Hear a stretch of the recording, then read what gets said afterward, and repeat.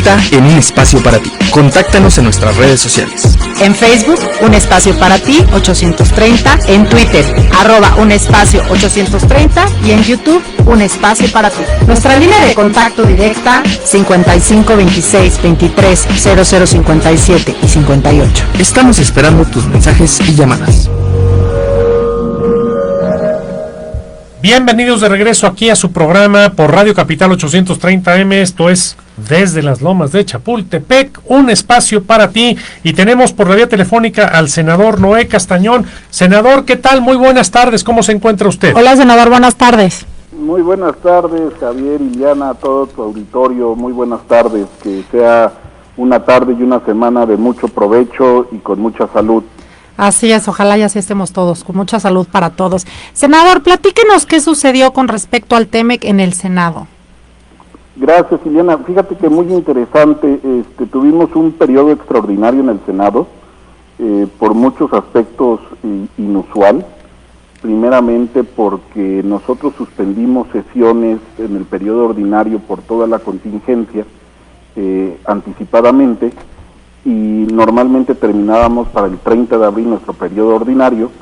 No lo pudimos concluir de manera presencial y tuvimos que hacer uso de esta facultad constitucional de llamar a un periodo extraordinario a fin de aprobar algunas leyes y un acuerdo ambiental que eran un prerequisito para la entrada en vigor el mismo 1 de julio del TEMEC. Entonces, con todas las medidas de sanidad y de precaución que se pudieron tener en el Senado de la República, el pasado lunes tuvimos esta sesión en donde, a grosso modo, pues aprobamos reformas a la Ley General de Impuestos e Importación y Exportación, a la de Infraestructura de Calidad, la Ley Federal de Derechos de Autor y la Ley Federal de Protección a la Propiedad Industrial, una ley nueva, una ley que tiene que ver con patentes, marcas, derechos de autor, una ley que no se reformaba en México desde hace 30 años, y al Código Penal Federal también en materia de derechos de autor. Esto fue lo que vimos en el periodo extraordinario, y adicionalmente la aprobación del acuerdo ambiental con Estados Unidos y Canadá. Oiga, senador, más allá de lo que sucedió con el TEMEC, ¿usted considera que hubo algún riesgo por las tardanzas de ciertos miembros de la bancada de Morena, incluso en la Cámara de Diputados, para que cumpliéramos con los requisitos para que entrara el TEMEC como debió y como entró en acción el día 1 de julio? No, nunca hubo riesgo. Claro, siempre hay ese oportunismo de querer sacar algún provecho adicional. Debo de decirte que estas 5 leyes que se aprobaron, leyes y reformas, porque no fue la ley del Código Penal, sino una reforma al Código Penal, si bien eran indispensables y necesarias para la entrada en vigor del TEMEC, no traían una fecha perentoria para el mismo 1 de julio, es decir, no hubiera pasado nada tampoco si la aprobáramos una semana después, ¿no? En el único que sí teníamos plazo perentorio es en el acuerdo ambiental. En ese acuerdo sí era un prerequisito para la entrada en vigor del TEMEC, pero sin duda lo íbamos a sacar. La voluntad política de todas las fuerzas en el Senado y se expresó, creo que muy bien, tanto el día de la sesión en el Senado como al día siguiente en Cámara de Diputados, aprobando por casi unanimidad una mayoría más que absoluta en congruencia a lo que legislamos, ¿no? ¿Por qué? Por una sencilla razón, son normativas sensatas y muy ad hoc a lo que vive hoy la vida nacional y muy necesarias. Claro, como dices tú, había presiones y hubo jaloneos de que si se llevaba o no se llevaba a cabo el periodo extraordinario por otros intereses, pero al final la razón y la cordura salió adelante. Excelente. Oiga, senador, con respecto a la visita del presidente Andrés Manuel López Obrador a Washington a ver al presidente norteamericano Donald Trump, él, en teoría, esto es para firmar, para lanzar, o para justificar o celebrar, lo que sea, el TEMEC, pero no va a ir el presidente de Canadá. ¿Usted qué piensa de esta visita del presidente y qué podemos esperar de ella? Mira, se ha cuestionado mucho la visita. En realidad, en mi opinión personal y la opinión que tenemos en Movimiento Ciudadano, es de que es una visita atinada, porque es de un jefe de Estado para con otro jefe de Estado. Las circunstancias electorales o políticas que vive Estados Unidos no pasan desapercibidas para nosotros, pero sí es un momento de darnos la mano, de festejar, en cierta manera, la entrada en vigor del mayor pacto comercial a nivel mundial. No es una cuestión menor. Sí, evidentemente no estará el presidente Trudeau de Canadá, pero creo que esto fortalece la relación entre México y Estados Unidos, los dos socios comerciales más grandes del mundo, y más allá de cualquier aspecto o coyuntura electoral, creo que lo que debemos resaltar es que el presidente, el jefe del Estado mexicano, se entrevistará con el jefe del Estado de Estados Unidos, ¿no? Y eso es siempre trascendente.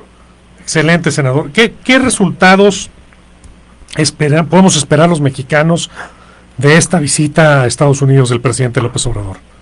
Pues, en primer lugar, pedimos una posición digna del Estado mexicano frente al presidente Trump, un trato de aliados, socios, amigos, como siempre lo hemos tenido, México y Estados Unidos, y yo creo que el resultado que más anhelamos es que se concrete de buena manera la entrada en vigor del TEMEC con un reflejo hacia la economía nacional. Hace un año, yo recuerdo todavía, estábamos en tela de juicio, hace 2 años, perdón, en tela de juicio sobre si se iba a aprobar o no, si se iba a lograr sacar el TEMEC, y venían todos los amagos, incluso hace un año, de estos aranceles. Pero bueno, hoy es una realidad, y esa realidad pues sí anhelamos que venga aparejada con un resultado que hoy México reclama y necesita, en un mejoramiento de nuestra economía, de las finanzas públicas y del comercio nacional, ¿no? Estamos muy lastimados, eso es algo que nadie puede negar, estamos muy lastimados en una crisis profunda de salud y en una crisis económica aparejada de esta, que si la de salud ha sido difícil, la económica es todavía mayor. Y además yo creo que nosotros podríamos hacer muchas cosas que están fabricando en China. Creo que sí sería bien importante impulsar a los mexicanos como tal, porque podríamos nosotros ser maquileros de Estados Unidos todavía en más cosas, ¿no? Y de Canadá más que China. Particularmente Chiapas, quizá usted representa al estado de Chiapas. Con lo que dice Ileana, ¿qué puede usted pensar que puede ayudar el TEMEC nuevo al estado de Chiapas a generar fuentes de empleo, mejorar la economía, lo que sea? Sin duda coincido con las apreciaciones de Ileana. Creo que incluso en la coyuntura internacional, la relación de Estados Unidos con China no es la mejor. Así es. Y creo que cuando hay crisis también hay oportunidades, y es donde México debe de poner atención en eso.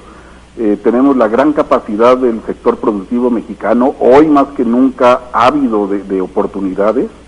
El sureste, no solo Chiapas, yo represento, como bien dices, Javier, a una entidad golpeada, pobre y en muchos sentidos abandonada, pero que tiene esa ilusión, ¿no? Hace algún tiempo escuché una lamentable, muy lamentable declaración de alguien de decir que la Federación cargaba con Chiapas y los estados pobres del sureste. No, hay que ver el mapa. Nosotros cargamos con México también, porque somos la base de esa nación del sur, y tenemos mucho que aportar, mucho que trabajar, y en eso no hay duda. El sureste y Chiapas a la cabeza está en la mejor oportunidad de desarrollo para todo el tema del TEMEC. En realidad, Chiapas pues tendría muchas opciones para mejorar su economía y por lo tanto la economía del país, aprovechando bien este tratado de libre comercio.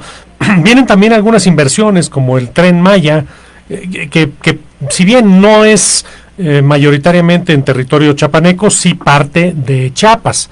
¿Qué podemos esperar de este desarrollo para mejorar la economía de esa región, la zona de Palenque para arriba?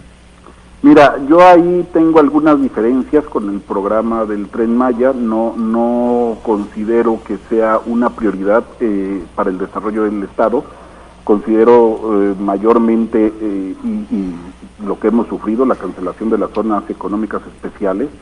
Yo propugnaría por la reactivación de esos proyectos que sí detonan la economía de Chiapas. Chiapas, no sé si lo sepan, pero bueno, es el productor y el exportador número 1 de banana, por ejemplo, a Estados Unidos,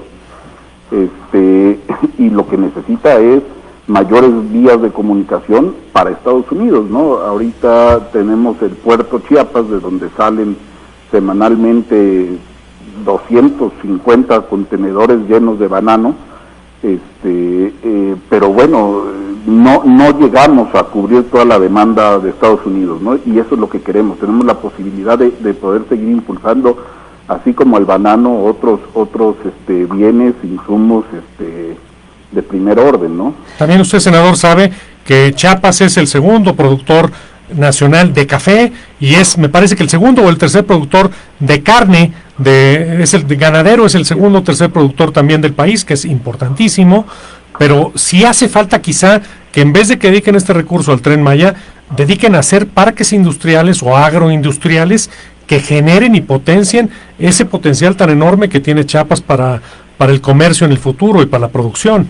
Sin duda, Chiapas y el sureste están ávidos de esa inversión y esa transformación real de su agroindustria, ¿no?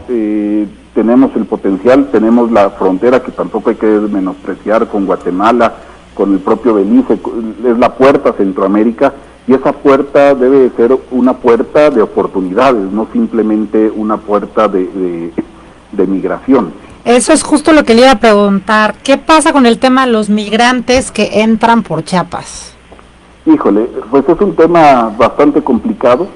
El Estado mexicano y el Estado de Chiapas somos o creemos estar conscientes de que los derechos de la migración son un derecho humano.